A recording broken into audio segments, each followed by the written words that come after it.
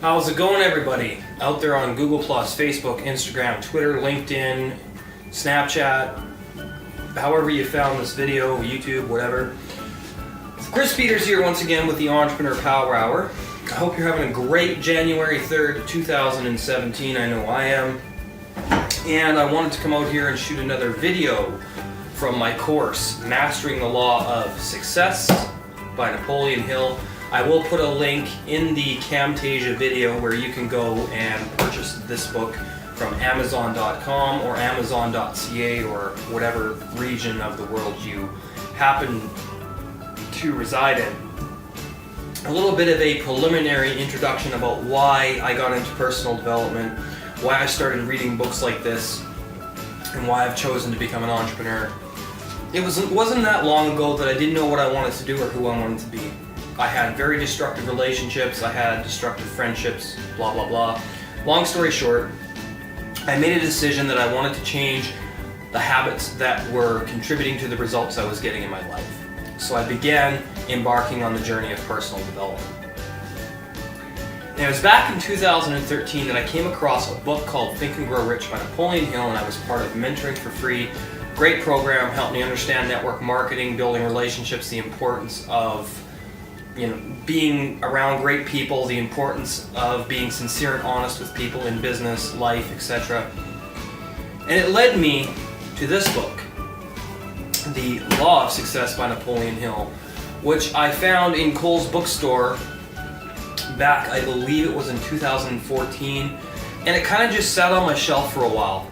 I was too busy doing other stuff and I didn't really get into this up until I would say about the middle of August of 2016, so just under 4 months ago, I got into this book and really started reading it because I realized that I had the keys to my success in my possession for over a year and a half before I picked it up and started reading it. And I'm almost to the end of the book. First time through the course.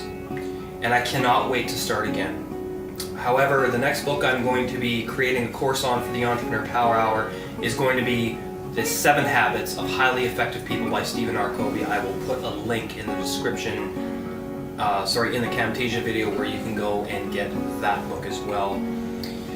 But after I finish Stephen R. Covey's The 7 Habits of Highly Effective People, I am likely going to start on this one again, just because I want to master this and get it into my subconscious mind and apply its teachings so they become habitual.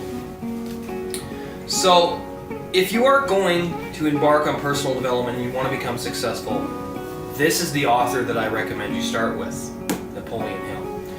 And I'm going to give you guys an example of why this is so important. Let's say you want to become a marathon runner. Well, first thing you would do is hire a personal trainer. Second thing you would do is hire a dietitian. And the third thing you would do is see a doctor. A doctor who would assess your injuries, etc., etc. The dietitian would tell you what foods to eat to give you the most energy that would benefit your physical body and your mind so that you would be able to condition yourself stronger and longer each day. You'd hire the personal trainer so that you could do the exercises required to increase your endurance and to make your body tolerate more exercise. Okay, so repetitive conditioning. That's exactly what this book is all about. It's about reprogramming your subconscious mind so that you can tune it to the natural vibrations of the universe. See, because we all operate on vibration. Nothing rests. Everything is constantly moving. So your thoughts and your body are constantly in motion, the law of vibration. And within those vibrations there are laws. And those laws are what are creating the results in your life. Okay, so whatever paradigm is going on in your subconscious mind, and I explain what paradigms are in another video, you can go and check that out. I'll likely put a link to it in the Camtasia video here as well, so you can go check it out.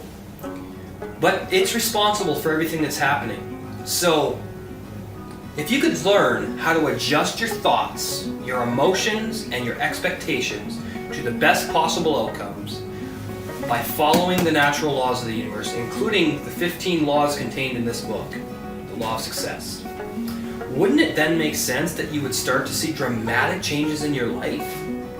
The answer is yes, you will begin to see dramatic changes in your life. But this isn't something you can just do once and forget about. This isn't something you can read through once, write down these formulas, read them once, and then things are going to start happening. No, you have to devote your life to studying this material. Great inspiration of mine is Mr. Bob Proctor. And I talk about him a lot in my videos, and in October of 1961, he was given Napoleon Hill's Think and Grow Rich by one of his mentors. And as Bob Proctor started to study that information, his life began to change because his thoughts were changing, therefore his vibrations were changing, therefore his paradigm was changing. That's what you need to do.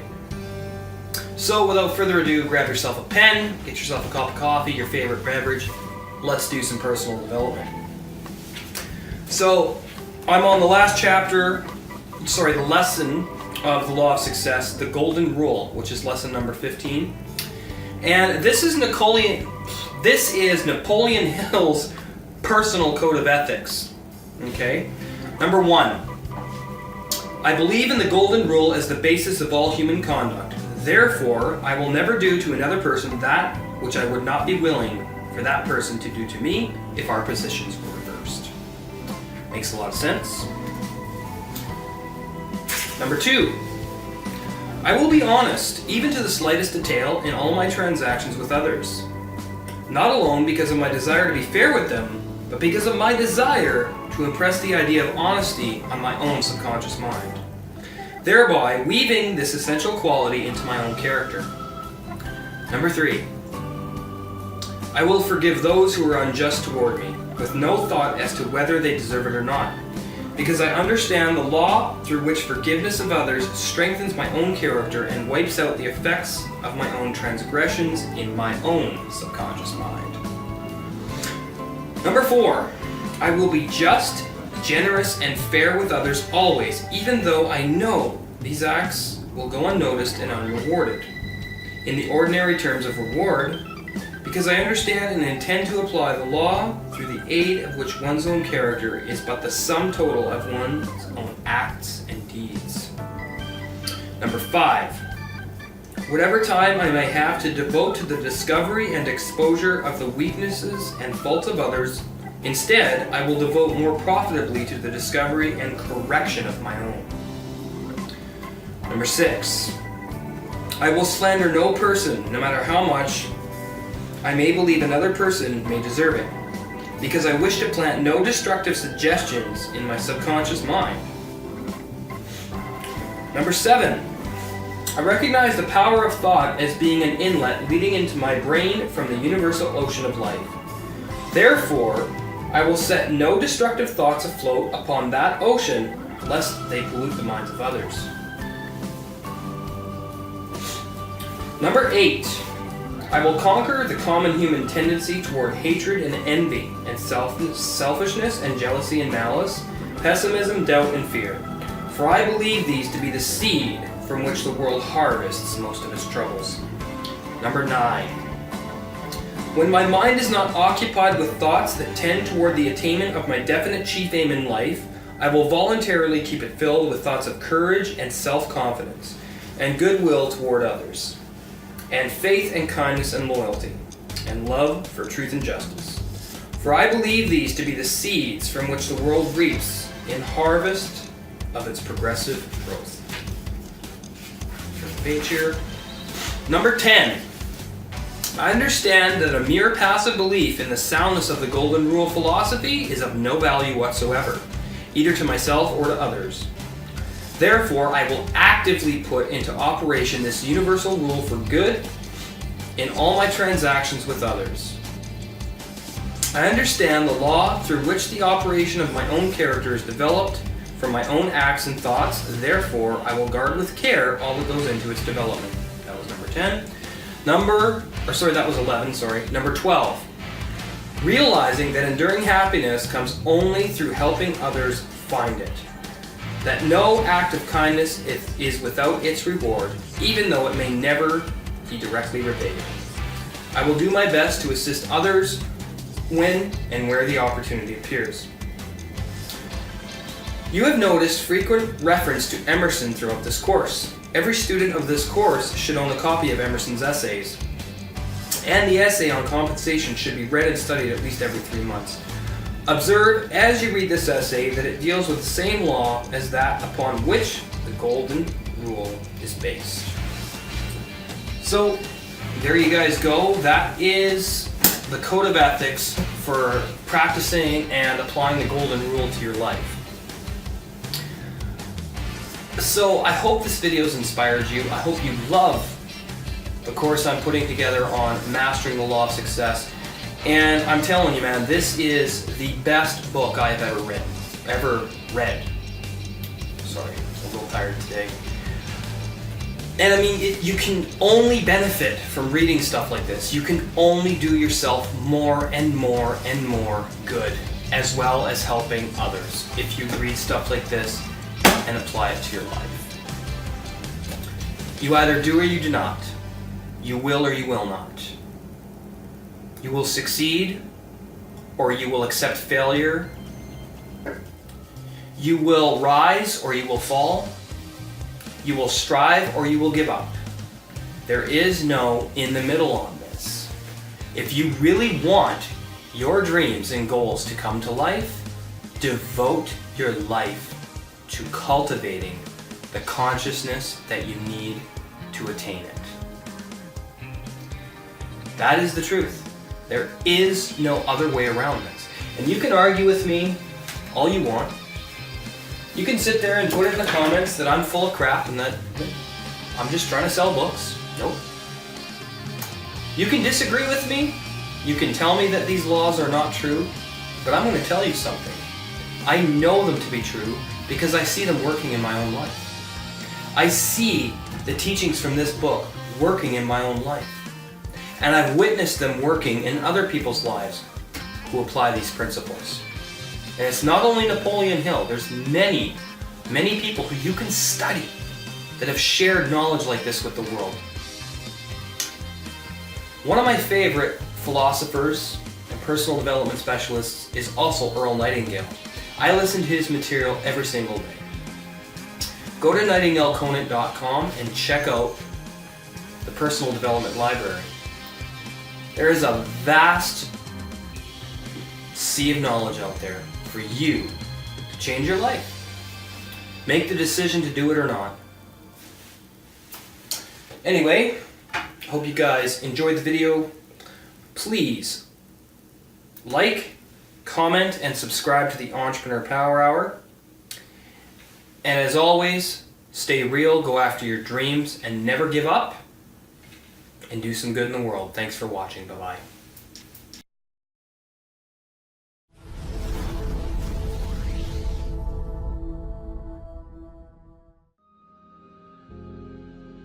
I used to talk to kids about the ant philosophy.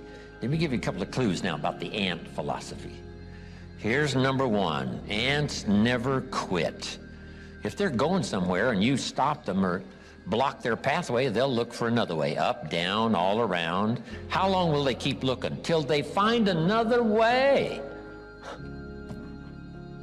See, that's good philosophy, the ant philosophy. Here's another one. Ants think winter all summer. That's why ants appear to be in a hurry all summer. Go, go, go. Go, go, go. Why? Winter, winter, winter. Hurry, hurry, hurry.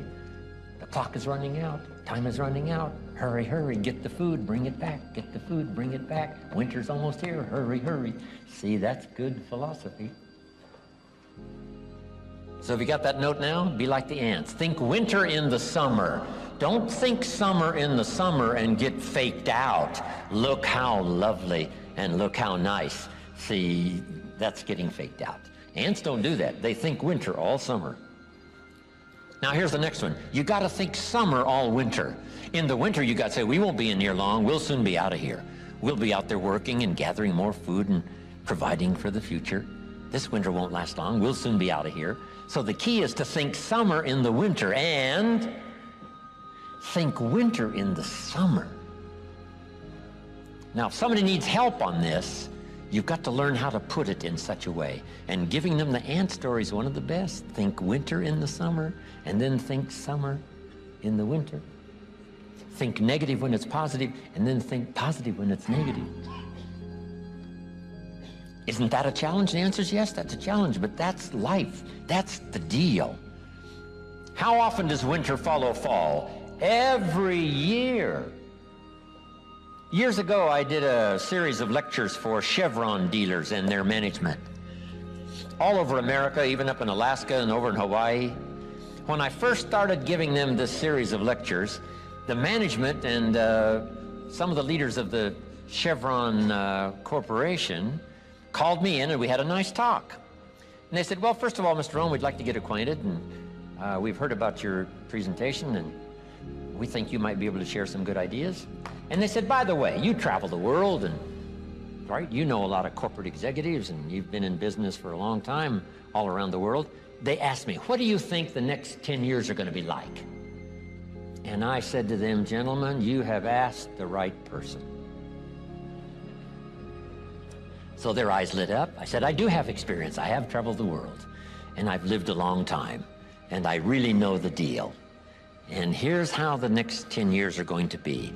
About like the last 10. Right. Winter follows fall. Some are easy and some are hard. Some are difficult and some are simple. And then spring follows winter. For how many years now? 6,000 years of recorded history. So it isn't going to change. Here's the essence of life. Opportunity mixed with difficulty. That's about as simple as you can put it from the beginning. The first two boys of the first family had difficulty, and one killed the other. The statistics have never been that severe since, but that wiped out 25% of the population.